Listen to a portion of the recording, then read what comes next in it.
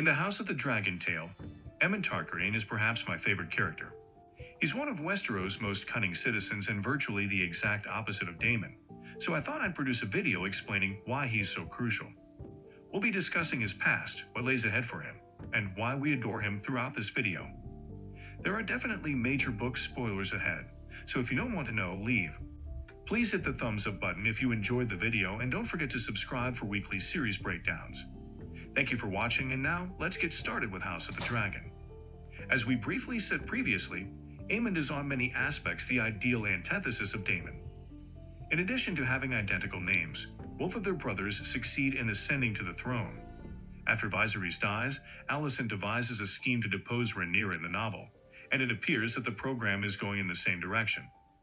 This establishes the relationship so that AEMOND and Daemon are diametrically opposed to one another, and we witness their escalating animosity throughout the plot. Both possess excellent swordsmanship and strategic thinking, and to rub salt in the wound, AEMOND took Daemon's ex-dragon. Whites as a result, the two develop a bitter rivalry. We'll talk about the results later. This was made fun of at the banquet and goes far further than just getting into food fights. AEMOND was frequently forgotten when he was younger, as we've seen in the series, and the book describes how, at birth, he was only half as big as his brother Aegon.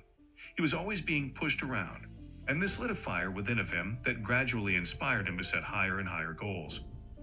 Aegon was given everything in life on a silver platter, but AEMOND had to battle for everything, which shaped the kind of combative temperament that would accomplish a lot in his youth. According to the literature, he struggled to capture a dragon, and his father promised that when the family traveled to Driftmark, they would go to Dragonstone. Here, he would receive either an egg or a recently hatched animal that would be simple to train. This presented AEMOND with a task, so that evening he traveled to Vhagar, who had recently lost her rider in Laena. Vhagar is the biggest and savagest dragon in the entire realm, hence Alicent's side scored a major victory by obtaining him.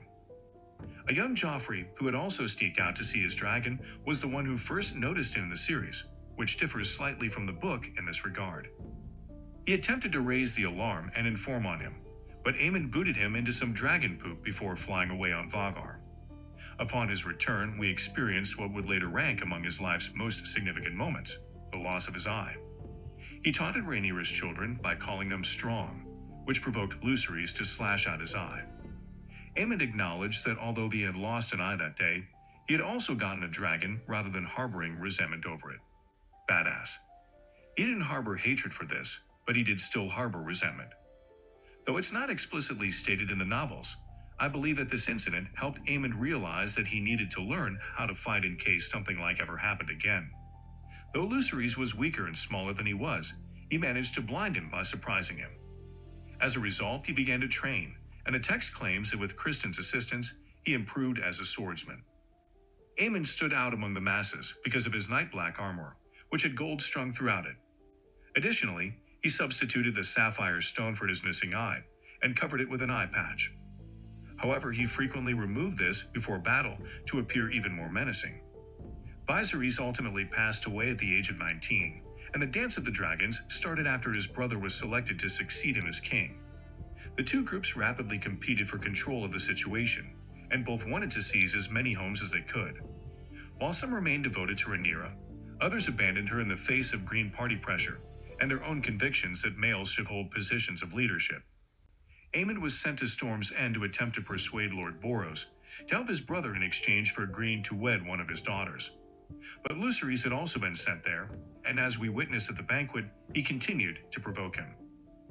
After declaring that Luke owed him an eye, Lad played the game fuck around and find out, and chased Lucerys and his dragon Arax. After killing them both and taking out Lucerys' eyes, he and Vhagar earned the moniker Kinslayer. Although Alicent was a little like fuck's sake, Aegon eventually threw him a feast. As you can probably guess, the Blacks weren't too pleased about this either, and Daemon promised Rhaenyra that there would be a son for a son. Throughout the series, we've seen how this actual eye for an eye mentality has existed and how it ultimately causes everyone to lose their sight. In the end, Daemon used his Mysaria connection to arrange for the assassination of Aegon's son Jaehaerys. They succeeded in their mission, which drove Helena insane and rendered her incapable of riding dragons. The Battle of Rupgrest hosted the following significant event. As a result of their cooperation, AEMOND, Aegon, and Kristen were able to kill Rhaenys and her dragon. But the war had a price, and Aegon suffered serious injuries. AEMOND stepped up to fill the throne's vacant seat and lead the realm while the king healed. AEMOND ruled the nation from an iron throne, but Daemon was never given the chance to do so. As you might probably guess, the man was a G. Man even said that he thought he looked better in the crown than his brother did, which led to him and Kristen initiating a number of assaults. They ultimately chose to take one of these on Harrenhal. Sir Kristen was the ruler at this time, and after seizing power, they executed Simon Strong. This demonstrates the significance of AEMOND, because without him, many of these locations would not have come under his power. AEMOND began sleeping with Alice Rivers, whom he spared after taking Harrenhal, about this time as well. It was a significant victory, but it also included a setback. Going there left King's Landing vacant, which Rhaenyra and Daemon were able to seize. At this moment, AEMOND launched a major assault, and riding on Vagar, he destroyed a number of Black's controlled places. Man rained fire down upon everything, scorching much of their land. During this, Harrenhal was briefly returned, but AEMOND returned, saved the day, and returned his lover. Later in the chronology, this child would be portrayed as the legitimate successor to succeed Aegon the Younger. She ultimately ended up getting pregnant. But that's a video for another time, and throughout the AEMOND campaign, Daemon was reluctant to kill him due to the amount of shit he had managed to stir up. Following his visit to Harrenhal, Daemon waited for AEMOND for 13 days before the latter arrived with his wife-to-be. The two eventually engaged in aerial combat, which is one of the pivotal moments in both characters' lives and ultimately results in their demise. AEMOND was struck in the eye by Daemon's blade Dark Sister when they collided above the god's eye and began to plummet. Due to his connection to the dragon, AEMOND's body sank into the lake as the two plummeted into the water together. He was later found with Dark Sister still lodged in his head, although Rhaenyra's side didn't actually come out on top. Daemon appeared to have been killed by AEMOND, and despite the fact that his body was never found, he never reappeared.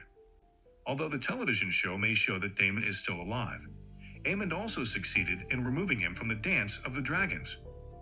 Rhaenyra lost her devoted protector as a result, and this crucial event was a major factor in how the plot developed. Despite having a brief existence, AEMOND ended up being one of the most significant characters in Fire and Blood because of how badly he misrepresented his brother's father in the beginning. He is a figure that was sometimes overlooked, but he overcame this difficulty and eliminated a number of significant members of Rhaenyra's side. One of Rhaenyra's most tragic experiences was the death of her son, which made her realize that she needed to compete with the Blacks in battle. I frequently ponder what would have happened if AEMOND had been on the throne instead of other characters, because he stands out as one of the most important characters in Game of Thrones. I doubt Rhaenyra could have seized control and established herself there had King's Landing collapsed. He's an interesting figure to observe, and the show is doing a terrific job of giving him life. Obviously, I'd love to hear your opinions about AEMOND, so please leave a comment and share them with me.